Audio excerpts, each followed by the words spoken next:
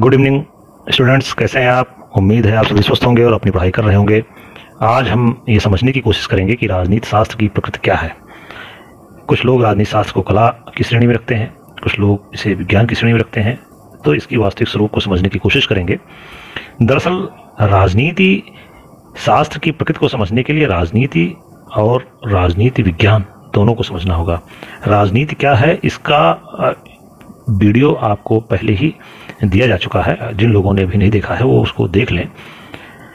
राजनीति को समझें तो राजनीति शब्द का प्रयोग प्रायः उन गतिविधियों के लिए किया जाता है, जैसे कहीं कोई सरकार द्वारा नियुक्ति हो रही है, जो हमारी सरकार द्वारा नीतियां बन रही हैं, सारी गतिविधियों का योग जिनका संबंध वास्तविक प्रशासन से है या सरकार कैसे चलाई जाती है,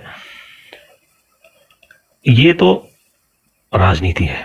राजनीति को एक कला माना जाता है। जैसे आप एक बढ़ई है, एक अच्छी मेज बनाता है तो उसको बहुत ठोक पीट करके, छील करके, जैसे भी है वो कुशलतापूर्वक उसको अपने कार्य को अंजाम देता है। एक डॉक्टर है, एक इलाज करता है पेशेंट का, तो एक कुशलता तरीके से, कुशलपूर्वक, एक विधिवत व्यवस्थित तरीके से उसका इलाज करता है।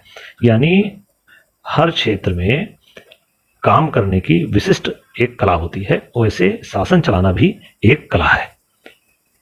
हर आदमी शासन नहीं चला सकता है। कुछ लोग ऐसे होते हैं, पढ़े लिखे भले कम होते हैं, लेकिन उनके अंदर लीड करने की, नेतृत्व करने की और मैनेजमेंट की, प्रबंध करने की अद्भुत क्षमता होती है।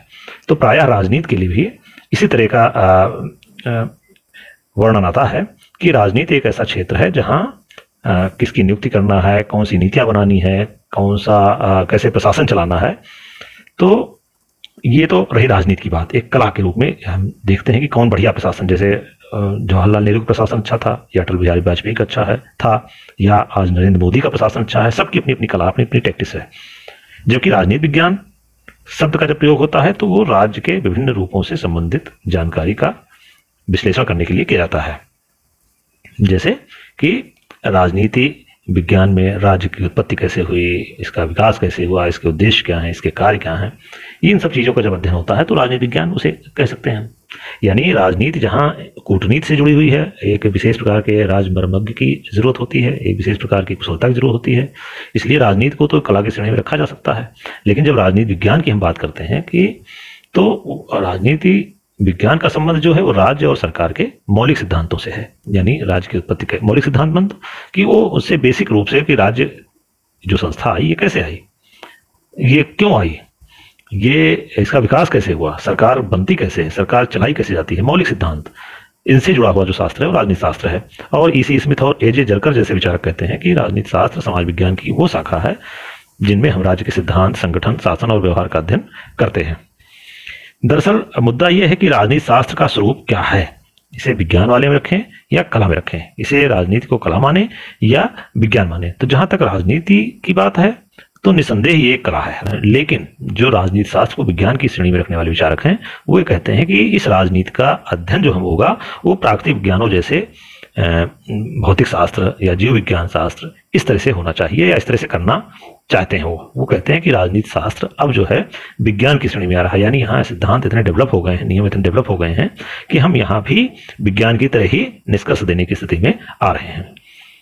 जब हम कहते हैं कि कोई शास्त्र विज्ञान है कि नहीं है तो मूलभूत चीज क्या चेक करते हैं, यानी किसी को विज्ञान हम क्यों मानते हैं।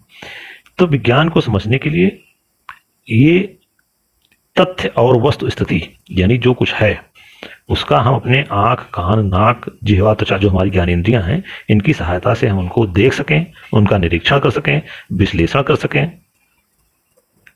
तब तो हम जो है उसे विज्ञान कहेंगे। यानी जो हम करके देख सकें, आओ करके सीखें, चैप्टर पाया जाता है एनसीईआरटी किताब में कि जो हम करके देख सकें उसको तो हम विज्ञान कहेंगे।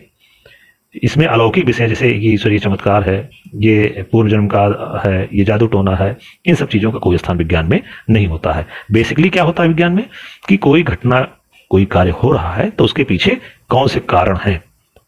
अगर हम इस कार्य होने और उसके पीछे कारण के बीच संबंध स्थापित कर दिए तो हम एक सामान्य निष्कर्ष देने की स्थिति में पहुंच जाते हैं। और विज्ञान की यही पहचान है कि कार्य कारण के बीच संबंध स्थापित कर सकें। जैसे पानी को अगर उबाला जाए तो 100 डिग्री सेंटीग्रेड पर वो भाप बनना शुरू हो जाता है।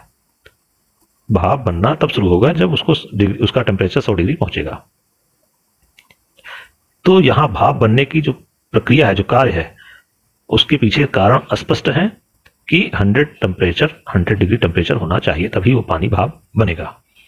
बर्फ का जमना एक निश्चित टेम्परेचर पे ही होगा, यानी कोई घटना घट रही है, बाल ऊपर फेंकेंगे तो बाल नीचे आ जाएगी पृथ्वी पर, ये गुरुत्वाकर्षण बल के कारण होगा। तो कोई घटना नीचे आ रही तो क्या कारण है? गुरुत्वाकर्षण बल।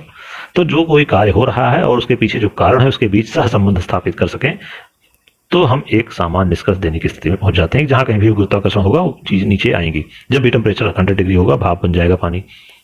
तो इस तरह से सामान्य निष्कर्ष वो ऐसा नहीं भारत में लागू होंगे, पूरी दुनिया में यूनिवर्सल लागू होते हैं। यानी प्राकृतिक विज्ञानों में कार्य और कारण के बीच स्पष्ट संबंध हमें दिखाई पड़ते हैं, जिनका विश्लेषण निरीक्षण किया जा सकता है। वहां अलौकिक विषयों का कोई स्थान नहीं होता है। तो जिस तरह से प्राकृतिक विज्ञानों में ये स्थिति है, तो क्या राजनीतिक विज्ञान में भी, विज्ञान माना जाए, इसमें भी इस तरह की चीजें हो सकती हैं? तो अगर एक लाइन में कहा जाए तो प्राकृतिक विज्ञान जो होते हैं उसमें प्राकृतिक घटनाओं का निरीक्षण, जैसे मैंने उदाहरण दिया, किया जाता है। जबकि सामाजिक विज्ञान है, राजनीतिक विज्ञान तो एक सामाजिक विज्ञान है। तो सामाजिक विज्ञान में कोई प्राकृतिक चीज का तो अध्ययन होता नहीं है कि इसमें जल का अध्ययन होना है, गैस का अध्ययन होना है, पेड़ पौधों का अध्ययन होता है। इसमें तो मानव व्यवहार का अध्ययन होता है। और मानव व्यवहार तो प्रकृति जैसा स्थिर नहीं है, अस्थायित्व तो नहीं है कि पानी तो यह है कि ऊपर से नीचे की ओर बहेगा, लेकिन जरूरी नहीं कि मानव व्यवहार भी उसी तरह स्थापित नियम में चले।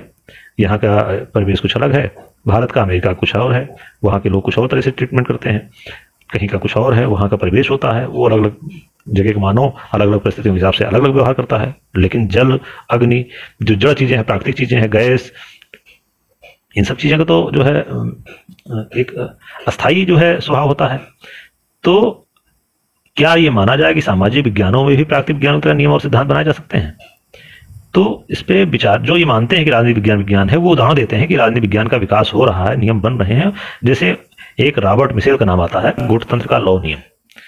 गुणतंत्र का लौ नियम क्या है? इनका मानना यह है कि कोई भी मानव संगठन अगर बनता है तो धीरे धीरे उसकी स्थापना के बाद अंततः उसका नियंत्रण एक छोटे से गुट के हाथों में आ जाता है, अनिवार्य है। ऐसा रॉबर्ट मिशेल रिसर्च करके मानते हैं कि कोई भी आप मानव संगठन स्थापित कर दीजिए, कुछ दिनों बाद उसका नियंत्रण कुछ लोगों के हाथों में आ जाएगा, छोटे से गुट के हाथों में। उसको गुणतंत्र का लौ नियम कहता है। इसी तरह मार्क्स ने अपने मार्क्सवाद की स्थापना की। इसी तरह जो है आज ये स्थापित हो गया है कि लोकतंत्र कहाँ सफल होगा। एक उदाहरण लें, जैसे भारत और पाकिस्तान एक ही समय पर दो अलग अलग राज्य बने। भारत में लोकतंत्र सफल हो गया और पाकिस्तान में अभी भी अस्थिरता बनी रहती है, जब तक वहां सैनिक तानाशाहों द्वारा तख्ता पलट कर दिया जाता है। तो ऐसे क्या कारण है कि जहां लोकतंत्र सफल होता है और कहां असफल होता है? तो राजनीति शास्त्र को विज्ञान मानने वाले विचारकों का तर्क है कि ऐसे नियम खोजे जा चुके हैं कि जैसे जहां पर लोगों को आजादी मिलेगी, व्यक्ति की स्वतंत्रता होगी, मौलिक अधिकार होंगे, समय समय पर चुनाव होंगे, चुनाव में सबकी भागीदारी होगी, सबको मताधिकार देने का रूल होगा, तो ऐसे स्थिति में लोकतंत्र की सफलता की स्थिति परसेंटेज बढ़ जाएंगे।